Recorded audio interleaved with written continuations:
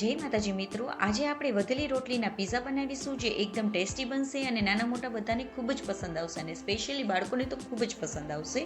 તો તેની માટે મારે અહીંયા રોટલી વધેલી હતી, તેમાંથી આપણે એક રોટલી લઈ લઈશું અને તેમાં આપણે પીઝા સોસ પાથરી દેવાનો છે. આ પીઝા સોસ મેં ઘરે જ બનાવેલો છે અને જો તમને આ રેસીપી જોતી હોય તો મારી આગળ આ વિડીયો મેં પહેલેથી જ બનાવેલો છે, તો ત્યાંથી તમે જોઈ શકો છો. હવે તેમાં આપણે ચીઝને ખમણી લેશું. આખામાં આપણે ચીઝને ખમણી લેશું. હવે બીજી રોટલી આપણે રાખી દઈશું જેથી કરીને આપણો પીઝા થોડો ઠીક બને. હવે તેની ઉપર પણ ફરીથી આપણે પીઝા સોસ લગાવી દેવાનો છે. હવે તેમાં પણ આપણે ફરીથી ચીઝ પાથરી દઈશું.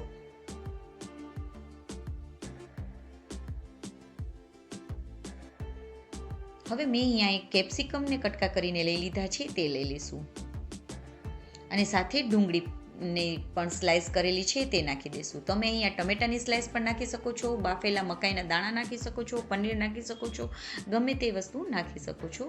ફરીથી આપણે ઉપરથી સ્પ્રેડ કરી દેવાનું છે ચીઝને. હવે તેમાં આપણે ઓરેગાનો અને ચીલી ફ્લેક્સને સ્પ્રિંકલ કરી દઈશું.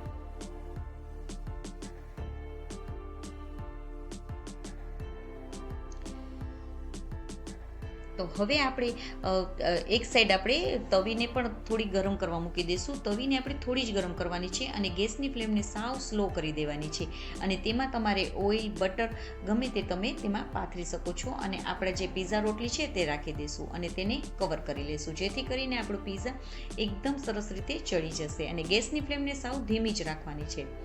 જ્યાં સુધી આપણું ચીઝ મેલ્ટ થઈ જાય ત્યાં સુધી આપણે તેને રાખવાનું છે. તો ચીઝ આપણું સરસ રીતે મેલ્ટ થઈ ગયું છે, મીન્સ કે આપણા પીઝા રેડી થઈ ગયા છે. તો તેને આપણે લઈ લઈશું.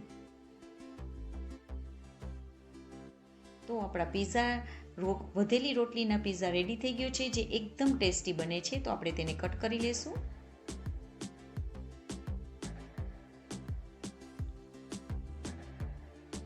છે ને એકદમ સરળ રીતથી તમારા આ પીઝા બની જશે અને બધાને ખૂબ જ પસંદ આવશે. તો એકવાર જરૂરથી ટ્રાય કરજો અને જો તમને આ મારી રેસીપી ગમી હોય તો લાઇક કરજો, મારી ચેનલમાં નવા હોય તો સબસ્ક્રાઈબ કરજો અને બાજુમાં રહેલ બેલ આઇકનને દબાવવાનું બિલકુલ ના ભૂલશો.